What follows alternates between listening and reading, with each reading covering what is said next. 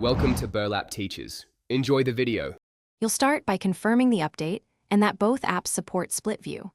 Open the primary app and swipe up gently to reveal the dock. This gives you access to recent and favorite apps. Once the dock is visible, touch and hold the second app's icon, then drag it toward the left or right edge of the screen until a narrow preview appears. This gesture prompts iPadOS to prepare a split layout.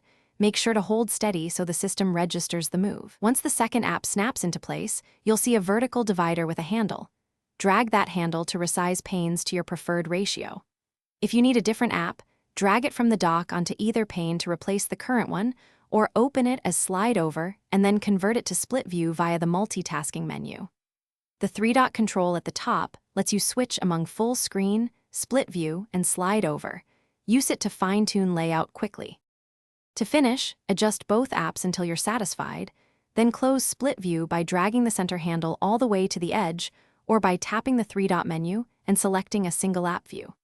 If split view doesn't activate, force quit the apps and try again, or restart the iPad to clear temporary glitches.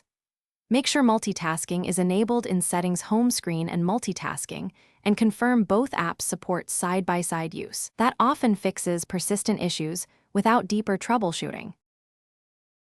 Thanks for watching. Consider subscribing if this video helped you.